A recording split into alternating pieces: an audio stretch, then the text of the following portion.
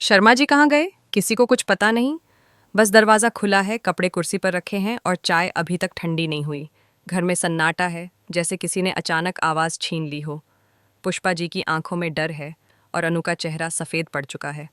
Mummy, पापा कहाँ गए? वो बार बार यही सवाल पूछ रही है, लेकिन जवाब किसी के पास नहीं। सबको याद है पिछली बार जब शर्मा जी को नौकरी से निकाला गया था, तो वो कितने टूट गए थे। पूरे घर की रौनक जैसे उनसे ही जुड़ी थी, और जब वो टूटी तो घर भी बिखर गया। उस वक्त उन्होंने जो कदम उठाने की कोशिश की थी, वो आज भी किसी बुरे सपने की तरह परिवार को याद है। इस बार फिर वही डर लौट आया है। कहीं ऐसा न हो कि इतिहास खुद को दोहराए। कहानी अब मोड़ ले चुकी है। अनु के मन में सवालों का सैलाब है, लेकिन जुबान पर सन्नाटा।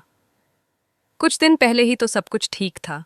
पापा की दुकान चल रही थी, माँ थोड़ा थोड़ा काम देख रही थी, और अनु कॉलेज की पढ़ाई के साथ अपने सपनों की दुनिया बना रही थी। मगर एक रात ने सब कुछ बदल दिया। दुकान में आग लग गई, सब जलकर राख हो गया, और गोपाल शर्मा की दुनिया जैसे उसी राख में मिल गई। उन्होंने बाहर किसी को कुछ नहीं बताया, यहाँ तक कि अपनी बेटी को भी नहीं।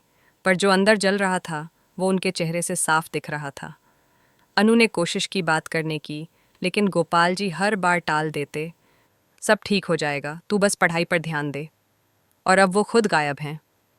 आर्य को जब ये बात झंडे से पता चलती है, तो उसे समझ नहीं आता कि अनु ने उससे ये राज क्यों छुपाया।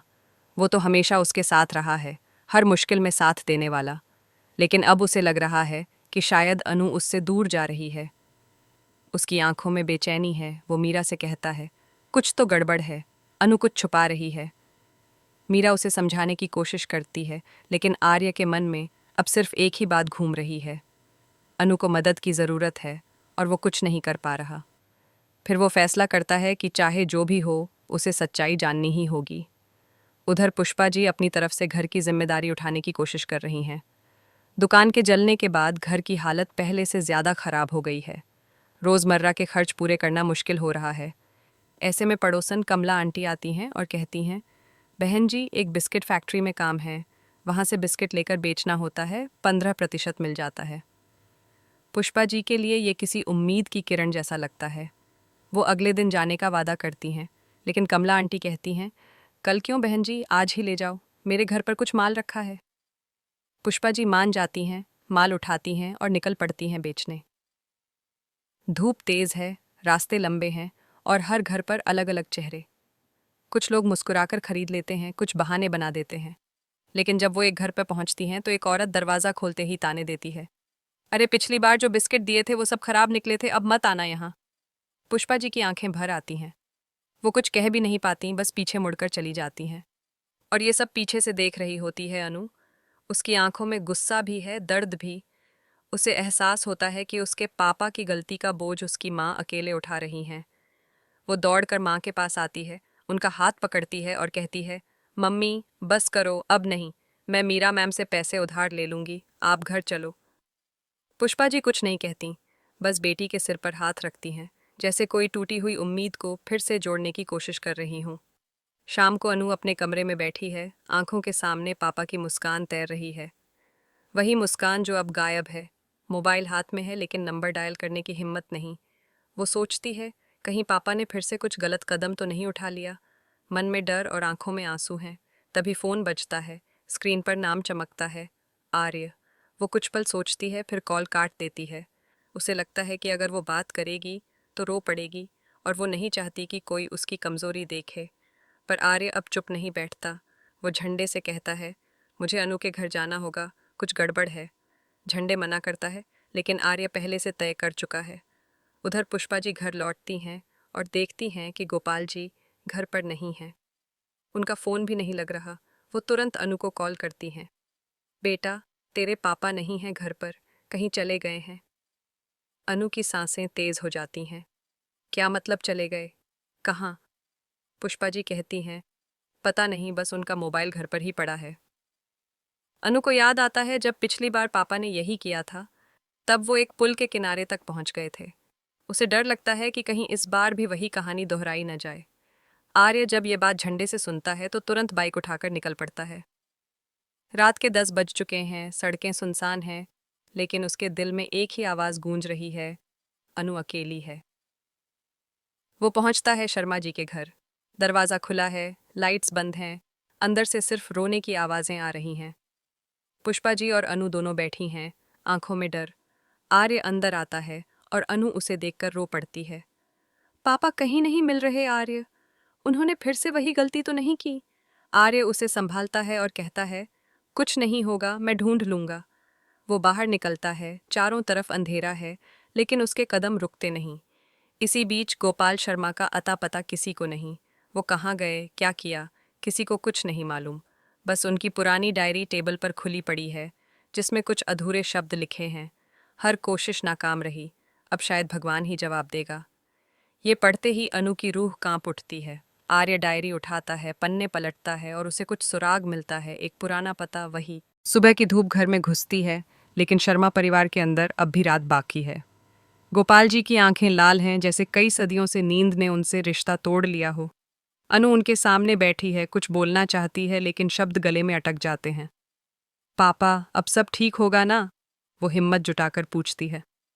गोपाल जी मुस्कुराने की कोशिश करते हैं, पर चेहरे पर वो थकान अब भी बाकी है, जो सिर्फ दर्द से आती है। पुष्पा जी चुपचाप रसोई में खड़ी हैं, चाय बनाते हुए बार बार भगवान की तस्वीर की तरफ देखती हैं, जैसे मन ही मन कोई वादा कर रही हों कि अब कुछ भी हो, परिवार फिर से नहीं टूटेगा। आर्य बाहर बरामदे में खड़ा ये सब देख रहा है।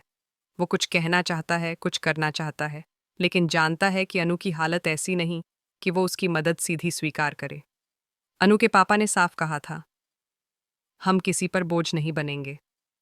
और अनु अपने पिता की हर बात का सम्मान करती है।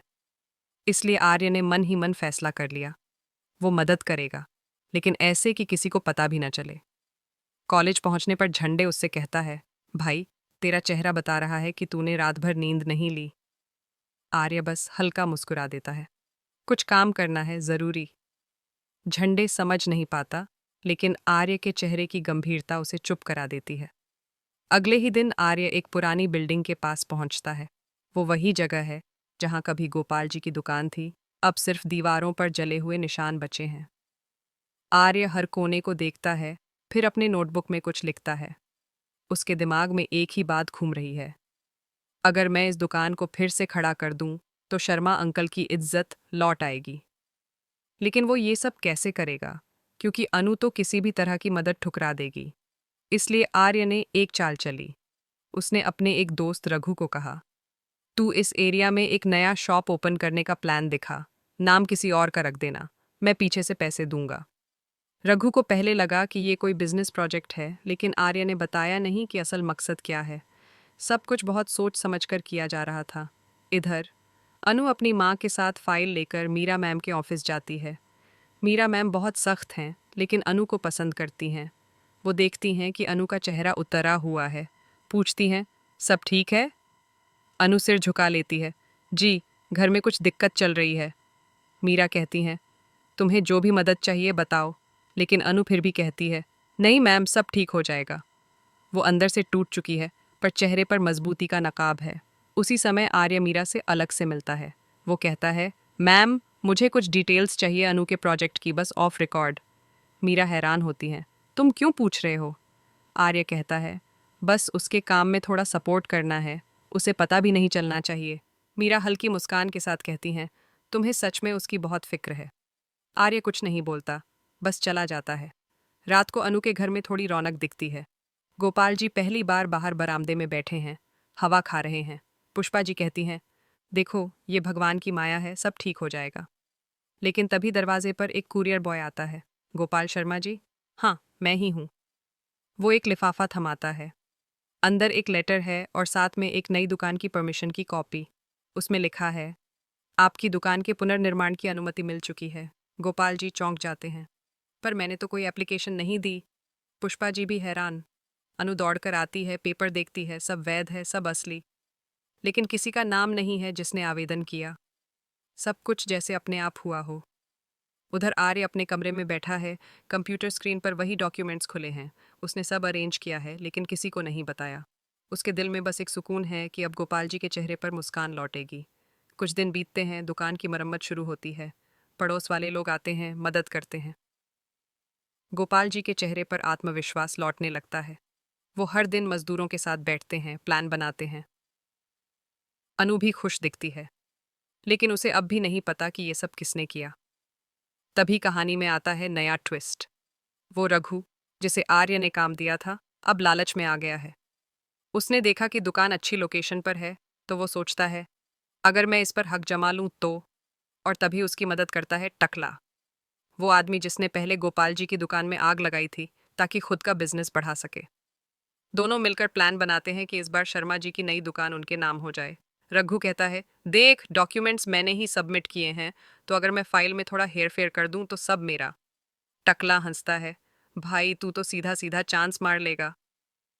दोनों की ये चाल किसी को पता नहीं चलती। दूसरी ओर आर्य को एक दिन झंडे से खबर मिलती है, भाई वो रघु कुछ गड़बड़ कर रहा है, टकले से मिला हुआ है। आर्य के होश उड़ जाते हैं। वो तुरंत रघु के ऑफिस पहुंचता है। रघु तू ये क्या कर रहा है? रघु कहता है, भाई बिजनेस है ये, भावनाओं से नहीं चलता। आर्य गुस्से से कहता है, ये बिजनेस नहीं है, किसी का सपना है। दोनों के बीच बहस होती है। आर्य उसे धमकी देता है, अगर तूने एक कदम भी गलत बढ़ाया तो मैं सब एक्सपोज कर दूंगा। अब आर्य को समझ आ गया कि सीधी मदद करने से काम नहीं चलेगा। अब उसे खेल खेल कर जीतना होगा। उसने मीरा से कहा, मैम, मुझे अनु के प्रोजेक्ट के नाम पर एक छोटी फंडिंग की ज़रूरत है। ऑफिशियली आप देंगे तो किसी को शक नहीं होगा। मीरा ने बिना सवाल किए मंजूरी दे दी। उस फंड से आर्य ने नया रजिस्ट्रेशन कराया और दुकान के सारे डॉक्यूमेंट्स सही करवाए। इस बार सब अनु के नाम पर। उधर गोपाल जी को अब भी लग रहा था कि कोई चमत्कार हो गए। सुबह की धूप घर में घुसती है, लेकिन शर्मा परिवार के अंदर अब भी रात बाकी है। गोपाल जी की आंखें लाल हैं, जैसे कई सदियों से नींद ने उनसे रिश्ता तोड़ लिया हो। अनु उनके सामने बैठी है, कुछ बोलना चाहती है लेकिन शब्द गले में अटक जाते हैं। पापा, अब सब ठीक होगा ना? वो हिम्मत जुटाकर पूछती है। गोपाल जी मुस्कुराने की कोशिश करते हैं, पर चेहरे पर वो थकान अब भी बाकी है, जो सिर्फ दर्द से आती है। पुष्पा जी चुपचाप रसोई में खड़ी हैं, चाय बनाते हुए बार बार भगवान की तस्वीर की तरफ देखती हैं, जैसे मन ही मन कोई वादा कर रही हों कि अब कुछ भी हो, परिवार फिर से नहीं टूटेगा। आर्य बाहर बरामदे में खड़ा ये सब देख रहा है। वो कुछ कहना चाहता है, कुछ करना चाहता है, लेकिन जानता है कि अनु की हालत ऐसी नहीं कि वो उसकी मदद सीधी स्वीकार करे। अनु के पापा ने साफ कहा था, हम किसी पर बोझ नहीं बनेंगे। और अनु अपने पिता की हर बात का सम्मान करती है। इसलिए आर्य ने मन ही मन फैसला कर लिया, वो मदद करेगा, लेकिन ऐसे कि किसी को पता भी न चले। कॉलेज पहुंचने पर झंडे उससे कहता है, भाई तेरा चेहरा बता रहा है कि तूने रात भर नींद नहीं ली। आर्य बस हल्का मुस्कुरा देता है, कुछ काम करना है जरूरी। झंडे समझ नहीं पाता, लेकिन आर्य के चेहरे की गंभीरता उसे चुप करा देती है। अगले ही दिन आर्य एक पुरानी बिल्डिंग के पास पहुंचता है। वो वही जगह है जहां कभी गोपाल जी की दुकान थी, अब सिर्फ दीवारों पर जले हुए निशान बचे हैं। आर्य हर कोने को देखता है, फिर अपने नोटबुक में कुछ लिखता है। उसके दिमाग में एक ही बात घूम रही है, अगर मैं इस दुकान को फिर से खड़ा कर दूं तो शर्मा अंकल की इज्जत लौट आएगी। लेकिन वो ये सब कैसे करेगा, क्योंकि अनु तो किसी भी तरह की मदद ठुकरा देगी। इसलिए आर्य ने एक चाल चली। उसने अपने एक दोस्त रघु को कहा, तू इस एरिया में एक नया शॉप ओपन करने का प्लान दिखा, नाम किसी और का रख देना, मैं पीछे से पैसे दूंगा। रघु को पहले लगा कि ये कोई बिजनेस प्रोजेक्ट है, लेकिन आर्य ने बताया नहीं कि असल मकसद क्या है। सब कुछ बहुत सोच समझकर किया जा रहा था। इधर अनु अपनी माँ के साथ फाइल लेकर मीरा मैम के ऑफिस जाती है। मीरा मैम बहुत सख्त हैं, लेकिन अनु को पसंद करती हैं। वो देखती हैं कि अनु का चेहरा उतरा हुआ है, पूछती हैं, सब ठीक है? अनु सिर झुका लेती है, जी, घर में कुछ दिक्कत चल रही है। मीरा कहती हैं, तुम्हें जो भी मदद चाहिए बताओ। लेकिन अनु फिर भी कहती है, नहीं मैम, सब ठीक हो जाएगा। वो अंदर से टूट चुकी है, पर चेहरे पर मजबूती का नकाब है। उसी समय आर्य मीरा से अलग से मिलता है। वो कहता है, मैम, मुझे कुछ डिटेल्स चाहिए अनु के प्रोजेक्ट की, बस ऑफ रिकॉर्ड। मीरा हैरान होती हैं, तुम क्यों पूछ रहे हो? आर्य कहता है, बस उसके काम में थोड़ा सपोर्ट करना है, उसे पता भी नहीं चलना चाहिए। मीरा हल्की मुस्कान के साथ कहती हैं, तुम्हें सच में उसकी बहुत फिक्र है।